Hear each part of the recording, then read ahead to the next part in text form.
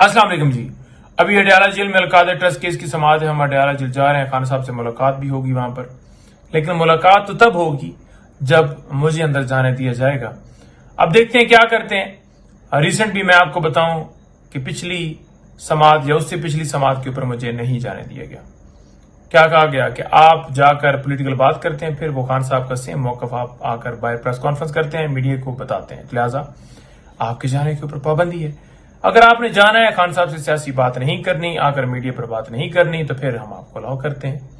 मैंने कहा जी मेरा वकालतनामा है, ये ओपन ट्रायल है, ओपन ट्रायल के अंदर हर शख्स जा सकता है और हम तो उनके वकील हैं। खान साहब ने 12 मुअज़्ज़ज़ अदालत को कहा, जज को कहा कि उनको बुलाएं। रिसेंट भी मैं बताऊं कि मंगल को खान साहब से मुलाकात का दिन था, 6 लोग अलाउ होते हैं, लेकिन उन्होंने कहा कि नईम जो है वो नहीं जा सकता। पहले मेरा नाम अलाउ किया, बाद में मेरा फिर काट दिया, 2 लोगों को भेजा। खान साहब ने प्रोटेस्ट किया बाकायदा। खान साहब ने उनको कहा, जो एसपी वहां पर थे, कि बुलाएं, नईम को तो बुलाएं।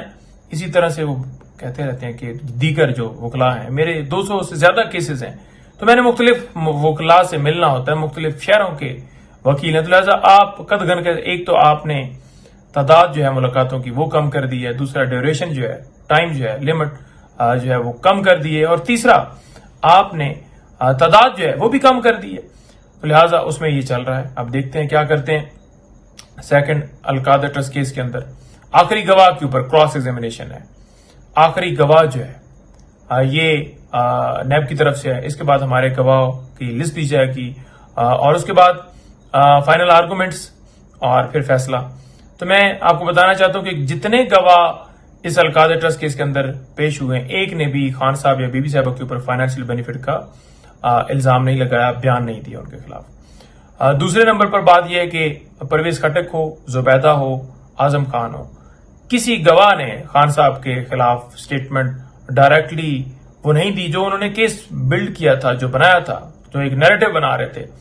कोई कहता है जी कि मैंने गुड जो है वो विल के अंदर ये साइन कर दिए, कोई कहता है कि मैं मीटिंग के अंदर नहीं बैठा था, वो जो काबीना का इजलास था, कोई कहता है कि जनाब जो है वो उसने आकर हमसे बात की, यानी कि खान साहब का नाम ही नहीं लिया।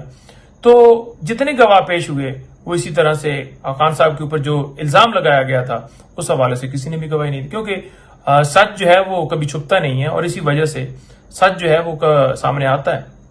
तो लिहाजा मैं आपको बताना चाहूं कि ये केस झूठा था। इंशाल्लाह कप्तान हमारा, अब देखते हैं अदालत क्या फैसला देती है।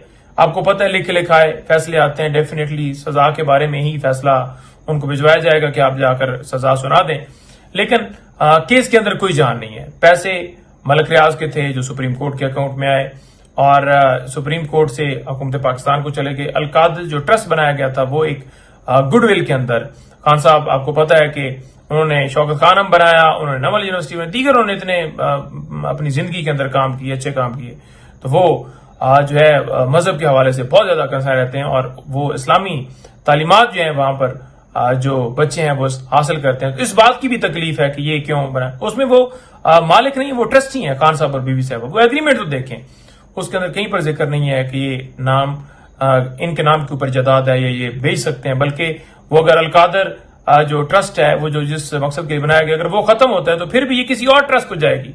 इस तरह का एग्रीमेंट है। झूठे केसेस हैं, कोई जान नहीं है। इंशाल्लाह ताला कप्तान हमारा सुरखरू होगा और अभी जो आज के केसेस उनकी यही तफसीलात है। बहुत शुक्रिया।